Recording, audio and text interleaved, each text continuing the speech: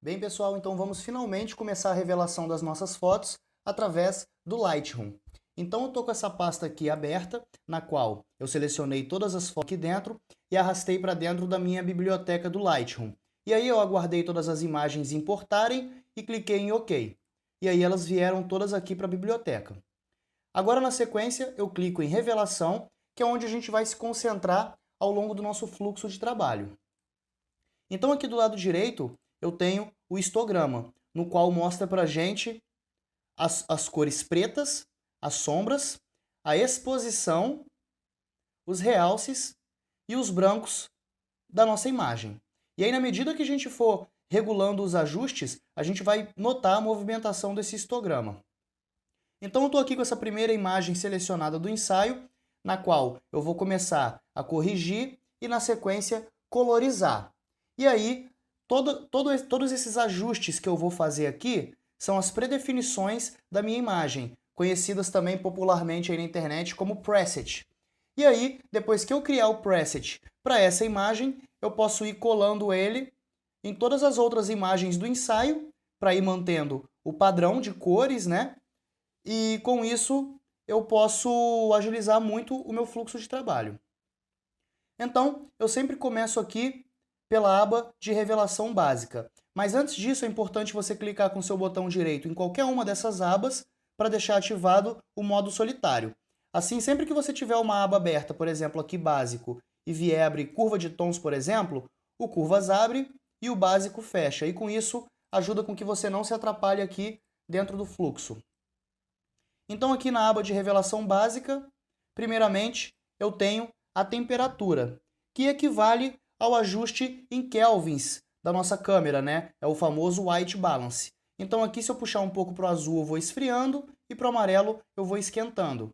Aqui no caso, então, eu vou esquentar essa imagem, que a minha proposta são tons mais quentes, mais terrosos. Geralmente eu não mexo aqui em colorir e já venho direto para a exposição. Então, se eu subo, eu aumento a exposição como um todo da minha imagem. Se eu diminuo, eu vou escurecendo. Aqui no caso eu vou baixar só um pouquinho a exposição, porque eu acho que está um pouco estourado nas áreas que contém o branco. Acho que eu acabei baixando muito a exposição, vou subir só um pouquinho. Acho que aqui está legal. E aí, na sequência, eu pulo o contraste e venho direto para realces e sombras. Essas duas áreas aqui são muito ricas em informações, porque você consegue recuperar as altas luzes e as sombras. Então, geralmente, o que eu faço? Eu diminuo um pouco realces para poder ganhar um pouco mais de informação nas áreas que tem as altas luzes. E, na sequência, eu aumento as sombras para recuperar as informações nas áreas de sombra. É importante você tomar cuidado quando você recuperar as informações em sombras, porque pode gerar muito ruído na sua imagem. Então, nesse caso aqui, eu não estou muito preocupado, porque eu fotografei com ISO baixo e acho que não vai gerar muito ruído. Porém, é sempre importante você dar esse zoom para ver o que está acontecendo mais de perto.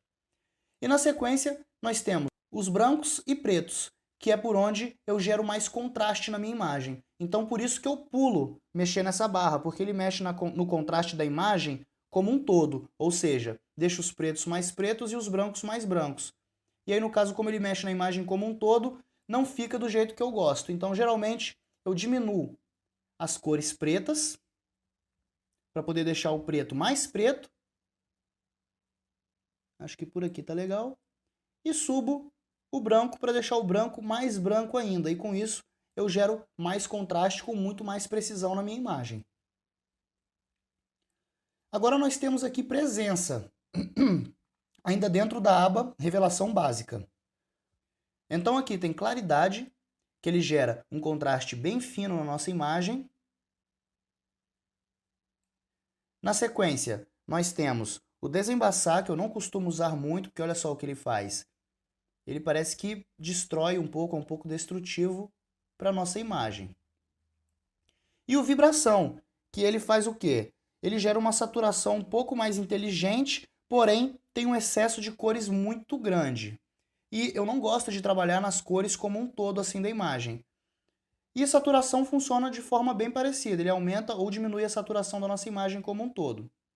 Eu prefiro trabalhar as cores isoladamente e com isso eu trabalho a saturação, a luminosidade e a matiz em si daquela cor. Então geralmente o que eu faço é só jogar um pouquinho de claridade aqui, só para ter um pouquinho mais de contraste, apesar de eu já ter feito contraste aqui em cima. Então, essa primeira etapa da nossa correção já está feita, que é aqui na revelação básica. É importante lembrar que aqui não é colorização, é correção da nossa imagem. Então a gente corrigiu as altas luzes, as sombras, corrige a exposição e gera um pouco mais de contraste na nossa imagem. E agora a gente vai começar o trabalho de colorização em calibração de câmera.